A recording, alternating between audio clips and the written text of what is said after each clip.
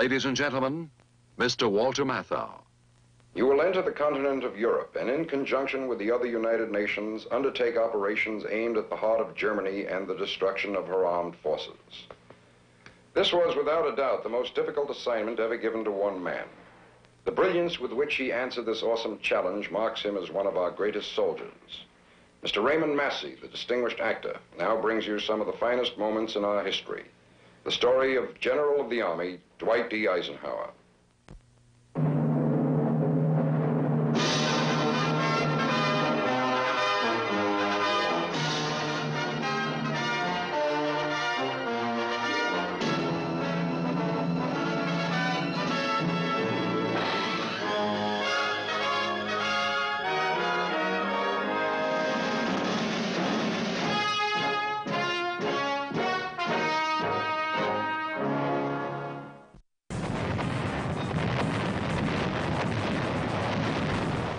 Almost this moment on, the fate of the nation and the fate of General Dwight D. Eisenhower would be inextricably bound together.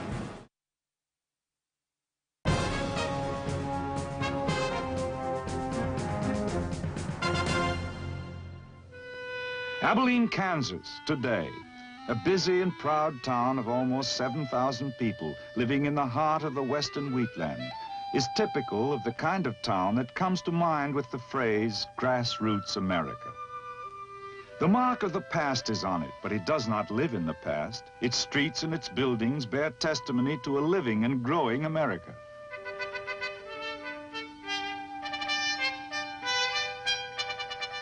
One of its newest and proudest buildings is the Eisenhower Museum, which carries forth the spirit and the history of the Eisenhower family of Abilene. It is visited daily by citizens from all parts of the country, ranging from dignitary to schoolboy. Inside the museum, the life of Dwight Eisenhower, boy and man, is depicted in a series of murals. From infancy, that life had the flavor of grassroots America about it.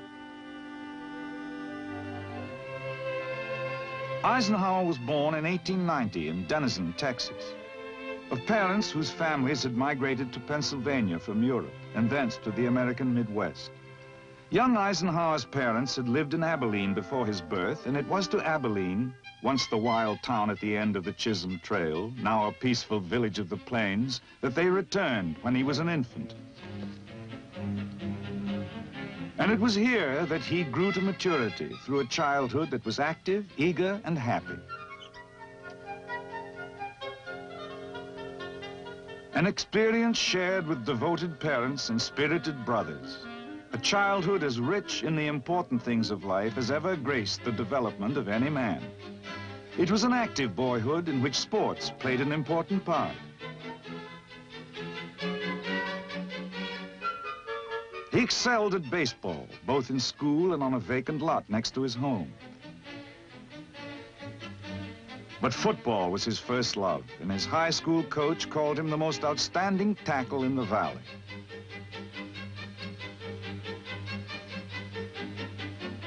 The active life was important, but the greatest single staple of the Eisenhower family life was religious observance. The family home in Abilene shows the influence of that serious religious conviction. The Bible was the guide of family life, and its chronicler as well. On the wall of the bedroom shared by Dwight and his brother Edgar still hangs this simple testament of faith, "Thy will be done." It was a home of patriotism as well as faith, and of respect for things of the mind. Work, constant and hard work, was also a staple of the family routine. The creamery where young Eisenhower worked during his spare time while he was in school is still one of Abilene's light industries. In this way, and by these standards, young Dwight Eisenhower grew to a manhood the world would one day know well. He was 20 when he left Abilene for the military academy at West Point. Many a great American has begun his march into history as a cadet on the plane at West Point.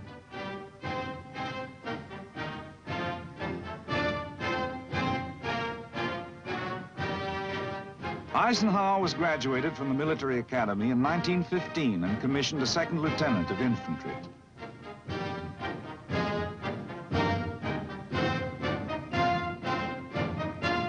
A new phase of life was beginning. In the summer of 1916, as a newly promoted first lieutenant stationed at Fort Sam Houston, Texas, he married Mamie Geneva Dowd of Denver.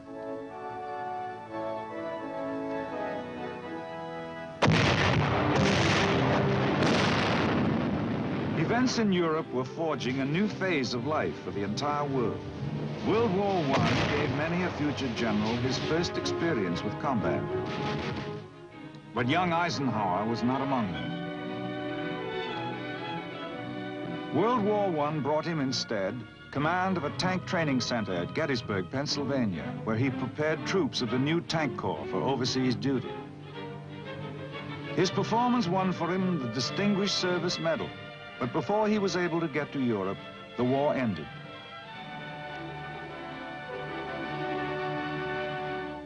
In the late 1920s, after graduation from the Command and General Staff School, Major Dwight D. Eisenhower was assigned to France to prepare a guidebook on American battlefields in Europe.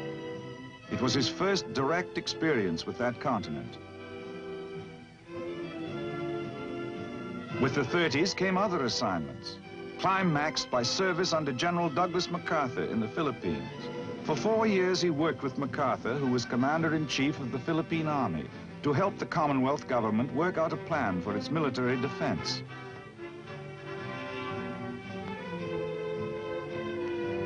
Ordered back to the States in December 1939, Lieutenant Colonel Eisenhower went to Fort Lewis, Washington, as executive officer of the 15th Infantry Regiment.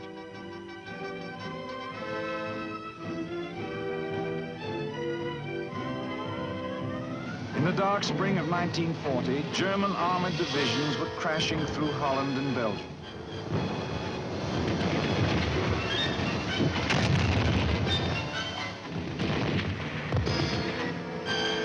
The Luftwaffe was streaking its destruction through Europe's skies. France was prostrate, and beleaguered Britain was standing alone. The United States had passed the Selective Service Act to prepare for what inevitably lay ahead. And the biggest challenge in Colonel Eisenhower's life was to aid in that preparation. Late in 1940, he was made Chief of Staff of the 3rd Division, where his staff work brought him assignment as Chief of Staff of the 9th Corps.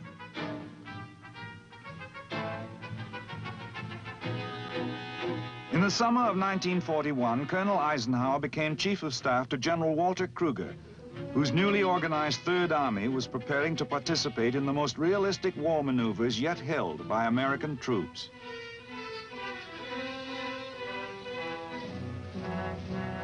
In these maneuvers over the Louisiana countryside, as America fought for the time to train its growing army of citizen soldiers, Eisenhower's task was to work out a plan of defense against an invading mechanized force.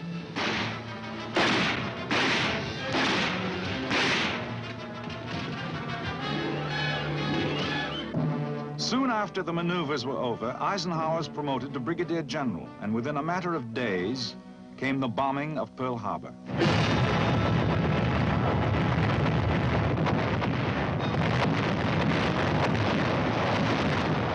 From almost this moment on, the fate of the nation and the fate of General Dwight D. Eisenhower would be inextricably bound together. Called to Washington in the first weeks after the war began, Eisenhower went to work in the War Plans Office of the War Department. Among the plans formulated during this time was the central strategic determination to make an eventual attack across the English Channel the principal Allied offensive effort. A mural covering the west wall of the Eisenhower Museum dramatizes the high spots of the next great sequence in the adventure involving the nation and the man, whose ability to rise to grave responsibilities brought him rapid promotions. Because an all-out Channel invasion would be impossible before 1944, and because the need for offensive action was immediate in 1942, the Allies undertook, as a combined operation, under the command of General Dwight D. Eisenhower, the invasion of North Africa. The minimum objective of this maneuver was to seize the main ports between Casablanca and Algiers.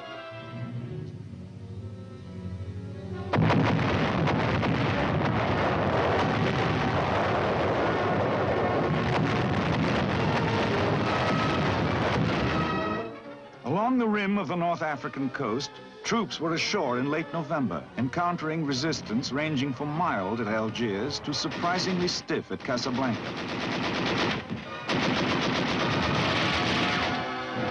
The commander's hope was to push quickly east along the Mediterranean and take the important posts of Bizerte and Tunis.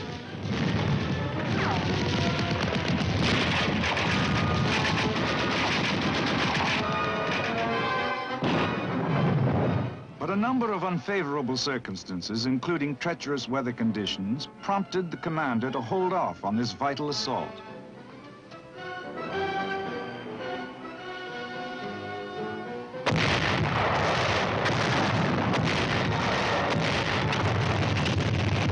In the spring, however, troops of Omar Bradley's 2nd Corps were able to take Bizerte, and at the same time, Tunis fell to the British First Army.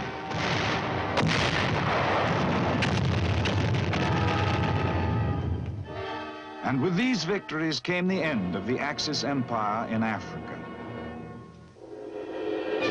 The Allied leaders and the men who had fought under them proudly commemorated their victory.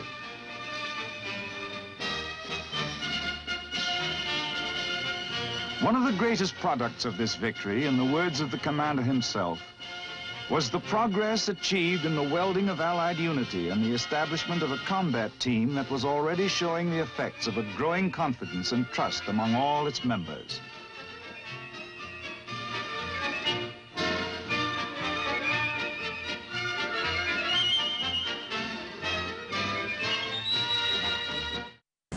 General Eisenhower called upon all troops to rise to new heights of courage and effort. The brave men of the beleaguered forces held and steadily began pressing the enemy back.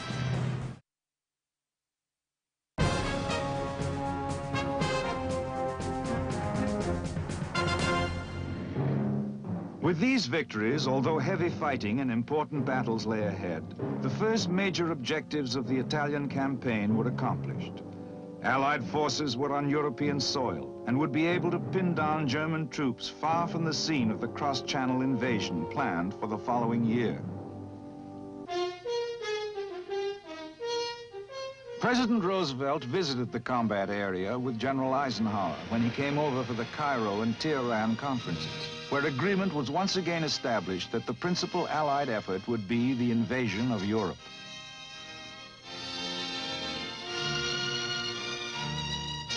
Shortly afterward, the man who would command this awesome undertaking was named General Dwight D. Eisenhower, whom people throughout the free world were now calling the man of the hour. On the opposite wall of the museum, another mural depicts some of the major episodes in the Great Crusade, which liberated Europe. The Supreme Commander's orders from the combined chiefs of staff were quite simple: to land on the coast of France and thereafter to destroy the German ground forces. Between the order and its execution lay an agony of effort. Across the Channel, the heavy fortifications lining the coast of France bespoke the Nazis' belief that they could push the invading armies back into the sea.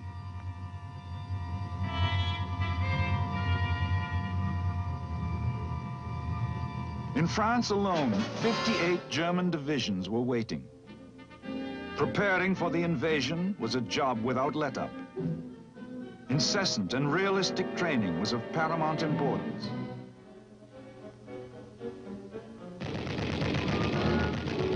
The challenges of morale, the myriad details of coordination on every level, all these were overwhelming.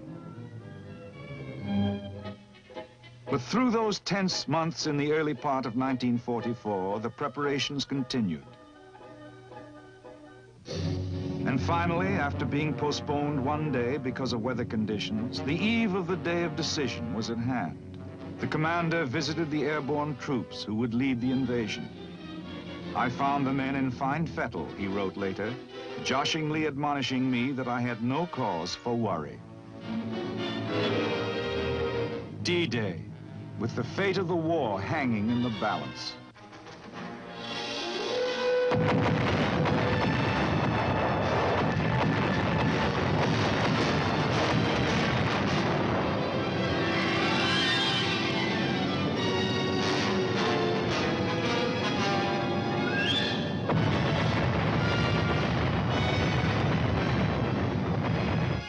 Half a million troops, backed by millions more, faced outward across the stormy sea.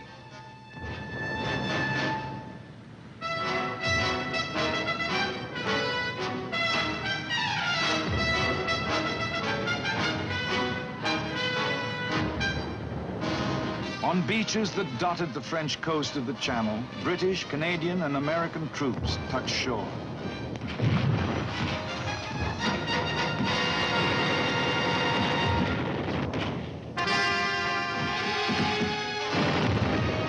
The first fateful moment passed, and Allied troops were holding on French soil. 1 week after the landings, the commander was able to say to the vast armies under him, "Your accomplishments in the last 7 days of this campaign have exceeded my highest hopes." Less than 2 months after the invasion, the Allied force broke out of the beachhead perimeter in the hedgerow country around St. Lo.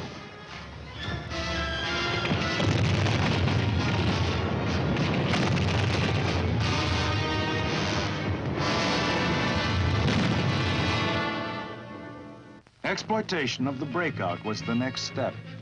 And now there began the dramatic pursuit, spearheaded by General George S. Patton's armored force across the heart of France.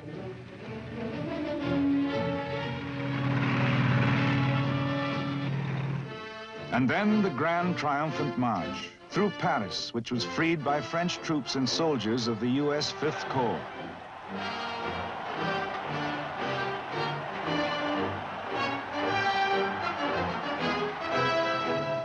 Beyond Paris lay the liberation of Belgium and the yard-by-yard struggle across the German border.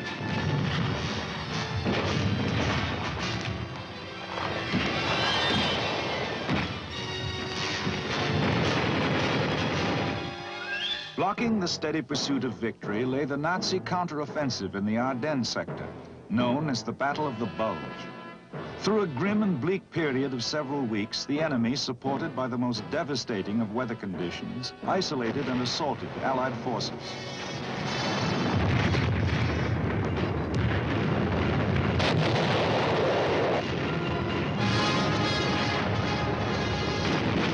General Eisenhower called upon all troops to rise to new heights of courage and effort.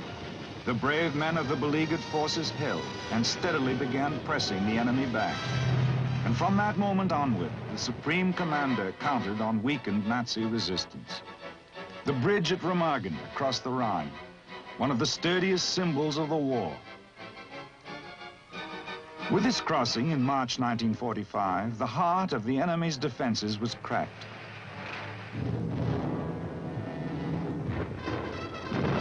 There remained the substantial task of mopping up what was left of the enemy west of the Rhine.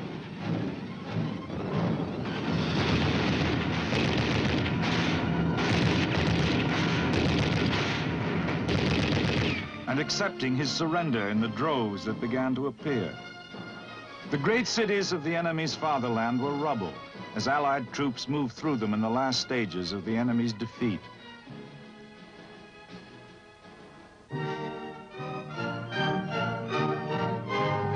Both commander and GI were able to find the exultation that comes when victory is close.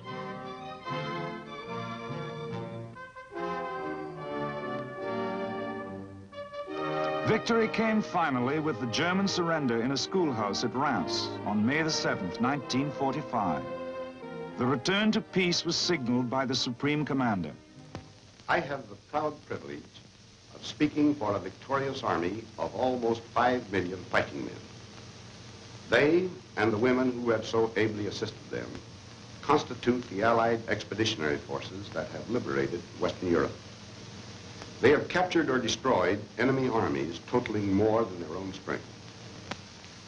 Merely to name my principal subordinates in the Canadian, French, American, and British forces is to present a picture of the utmost in efficiency, skill, loyalty, and devotion to duty.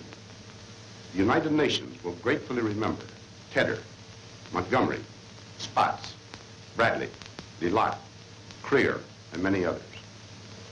But all these agree with me in the selection of the truly heroic figure of this war. He is G.I. Joe and his counterpart in the air, the Navy, and the merchant marine of every one of the United Nations.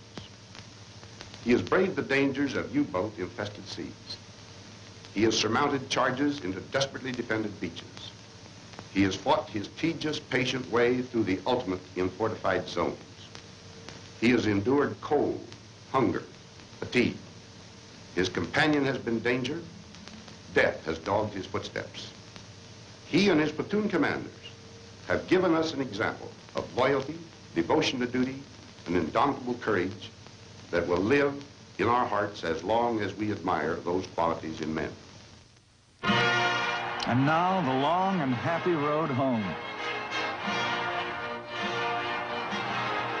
For Dwight Eisenhower, that road was paved with the cheers of the people of the Allied countries. In his own homeland, a hero's welcome awaited him. America's greeting for a favorite son. Here, the story of Dwight D. Eisenhower might well have ended, on this note of triumphant acclaim for a job so splendidly done. But America had other tasks waiting for its favorite soldier. Eisenhower succeeded General Marshall as the Army's first post-war chief of staff. He expressed the belief that one of the greatest pillars of world peace is a strong United States. He visited troops stationed in various parts of the world to show America's growing sense of global responsibility. We must remain, he said, the first champions of those who seek to lead their own lives in peace with their neighbors. Finally, on February the 7th, 1948, the general from Abilene, after 36 years of service to his country, left active military assignment.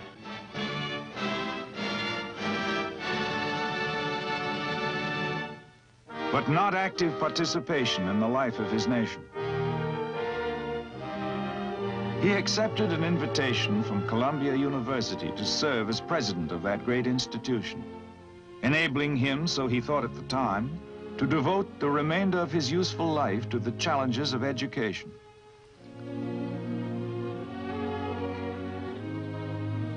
But events of the post-war world dictated otherwise. The urgent necessity for unity in the free world brought into being the North Atlantic Treaty Organization.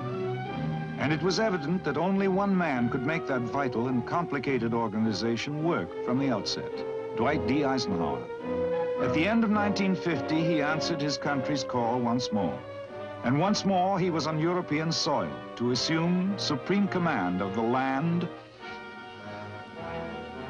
the sea, and the air forces of a grand defensive alliance. Against the new threat rising from the Soviets, who had once been his nation's ally, he had to create in the war-weary European soul the will to defend itself, so that freedom so dearly bought would not be lost. For more than a year, he labored diligently at his task of coalition. When he turned over the reins of command to General Matthew Ridgway, the structure of military unity among free nations, on which rested the hope for continued peace, was established. Once again, with the accomplishment of substantial victory behind him, this might well have been the end of his public career, and in a sense it was. The closing chapter in the story of Eisenhower the soldier.